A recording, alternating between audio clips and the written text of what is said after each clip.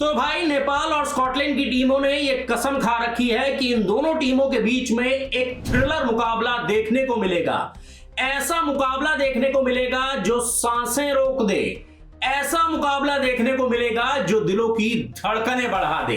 एक बार फिर से आईसीसी वर्ल्ड कप क्वालिफायर्स के मुकाबलों में स्कॉटलैंड और नेपाल की टीमें आमने सामने थी। और देखो भाई, स्कॉटलैंड की टीम ने इस मुकाबले में पहले बल्लेबाजी की थी और 323 रनों का विशाल स्कोर जो है वो खड़ा किया था। स्कॉटलैंड की तरफ से हमने देखा कि किस तरीके से ताबड़तोड़ बल्लेबाजी करी स्कॉटलैंड के बल्लेबाजों ने। और यहां पर अगर हम देखें तो भाई देखो, बैरिंगटन जो है उन्होंने शतक जमाया था और 102 रन बना दिए थे। इसके अलावा माइकल लीस जो हैं उन्होंने 96 रनों की ताबड़तोड़ पारी खेली, वो भी सिर्फ और सिर्फ 62 गेंदों में, और स्कॉटलैंड की टीम ने 323 रन बना दिए।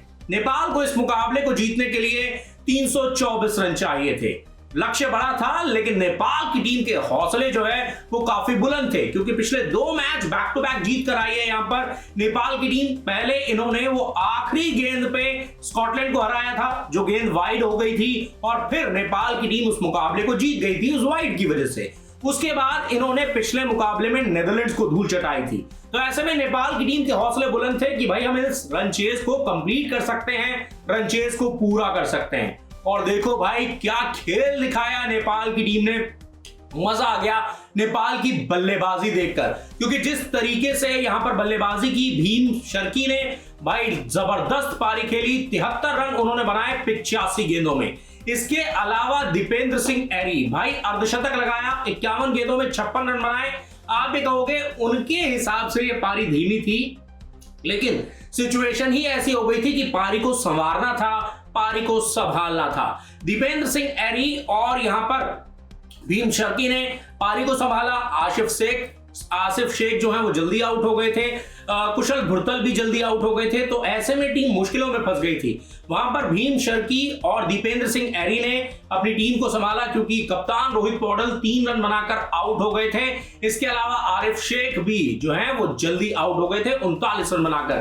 तो ऐसे में अगर हम देखें तो भाई नेपाल की टीम के 5 विकेट जो है वो सिर्फ और सिर्फ 163 रनों पर गिर गए थे। इसके बाद भाई यहां पर पारी को संभाला जिस तरीके से सोमपाल कामी ने पारी खेली, उन्होंने 44 गेंदों में 67 रन बनाए। और आखिर में यह सिचुएशन आ गई थी कि 4 ओवर में 40 रन चाहिए थे।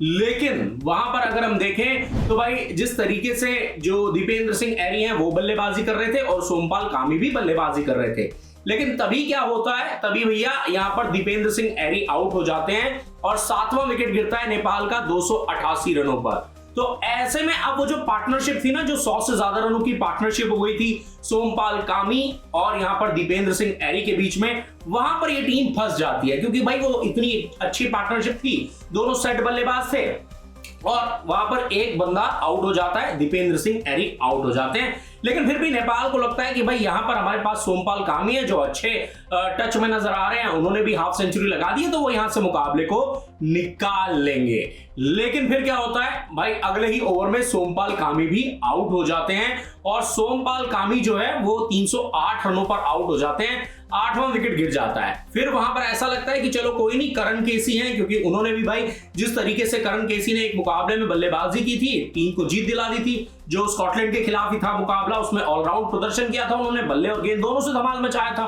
तो यहां पर लगता है कोई बात नहीं, करण केसी मुकाबले को फिनिश कर देंगे, मुकाबले को जिता देंगे। और भाई करण केसी आते हैं, एक चौका और एक छक्का भी लगा देते हैं। लेकिन यहीं पर एक ट्विस्ट आ जाता है। ट्विस्ट क्या होता है कि करण केसी आउट हो जाते हैं। अब नेपाल की टीम भाई मुश्किल में फंस जाती है कि अब यह मुकाबला कैसे जीता जाए। देखो 4 ओवर में 40 रन चाहिए थे, विकेट साथ में थी, लेकिन एक के बाद एक बल्लेबाज आउट होते चले गए। और फिर उसके बाद हमने देखा कि भाई करण केसी आउट हुए तो 319 रन थे। अब जीत के लिए चाहिए थे सिर्फ और सिर्फ 5 रन, क्योंकि 5 रन ही चाहिए था ना, 324 रन आपको बनाने थे। 319 रन पे यहां पर करण केसी आउट हो जाते हैं और नेपाल का आखिरी विकेट बचता है और आखिरी ओवर ही चल रहा होता है। लेकिन उस आखिरी ओवर में 321 रन पर नेपाल की टीम जो है वो ऑल आउट हो जाती है, क्योंकि ललित राजवंशी जो है वो आउट हो जाते हैं। और इस तरीके से नेपाल की टीम इस सांसें रोक देने वाले मुकाबले में सिर्फ और सिर्फ 321 रन ही बना पाती है और 2 रनों से स्कॉटलैंड की टीम इस मुकाबले को जीत लेती है।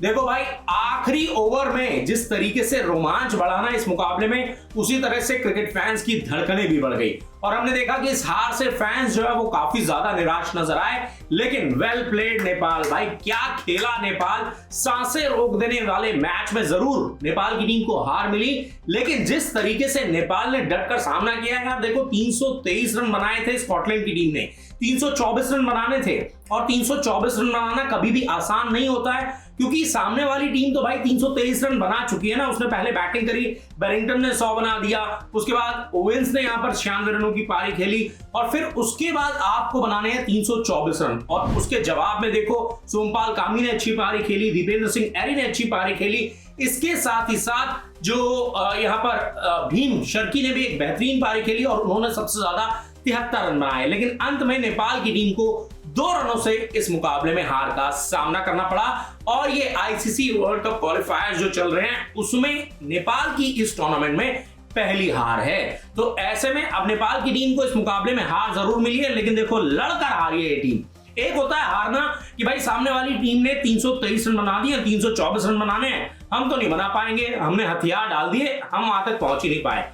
लेकिन यहां पर नेपाल की टीम लड़के हारी है। वेल प्लेड नेपाल, क्योंकि जिस तरीके से भाई वो खेले हैं ना, ऐसा लग रहा था एक बार को तो 324 भी चेज हो जाएंगे। और देखो जब एक टीम जब बल्लेबाजी कर रही होती है और जल्दी जल्दी विकेट गिर जाते हैं, जैसे कि मैंने आपको बताया कि 163 रनों पर 5 आउट हो गए थे और एक समय तो भाई 34 रन पर 3 विकेट गिर गए थे, सिर्फ और सिर्फ 34 रन पर 3 बल्लेबाज आउट हो गए। आप प्रेशर में आ जाओगे, लेकिन 34 रन पर 3 विकेट से ये टीम जो है वो 321 रनों पर पहुंची है। तो भाई क्या जज्बा दिखाया है, क्या खेले हैं नेपाल के खिलाड़ी और इस जज्बे को ही सलाम है भाई, सैल्यूट है भाई। और इस जज्बे के लिए ही पूरी दुनिया में नेपाल की टीम की तारीफ होती है। भले इस मुकाबले में हार का सामना करना पड़ा हो नेपाल को, लेकिन पूरी उम्मीद है कि अगले मुकाबले में ये स्ट्रॉन्ग होकर आएंगे, शानदार कमबैक करेंगे और नीदरलैंड्स को धूल चटा देंगे।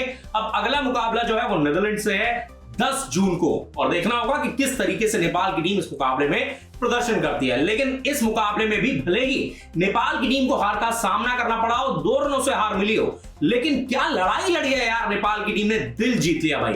इन खिलाड़ियों को भाई सैल्यूट है, इन खिलाड़ियों के जज्बे को सलाम है भाई, क्या खेले हैं भाई, तालियां बनती है भाई। और देखो भाई, अगर आप नेपाल की टीम के फैन हो ना तो इस वीडियो को ज्यादा से ज्यादा फैला दो, शेयर कर दो और चैनल को सब्सक्राइब करना तो बिल्कुल मत भूलना भाई, क्योंकि नेपाल क्रिकेट से जुड़ी हर खबर आपको सबसे तेज और सबसे पहले यही मिलेगी आपके भाई के चैनल पर, प्रदीप क्रिकइंफो पर। तो फटाफट से चैनल को सब्सक्राइब कर लीजिए, नोटिफिकेशन की घंटी दबा दीजिए और आपको ऐसी ही खबरें नेपाल क्रिकेट से जुड़ी हुई, ऑल ओवर वर्ल्ड क्रिकेट से जुड़ी हुई सबसे तेज और सबसे पहले यहां पर मिलती रहेंगी। तो फिलहाल इस वीडियो में इतना ही, मुझे दीजिए इजाजत।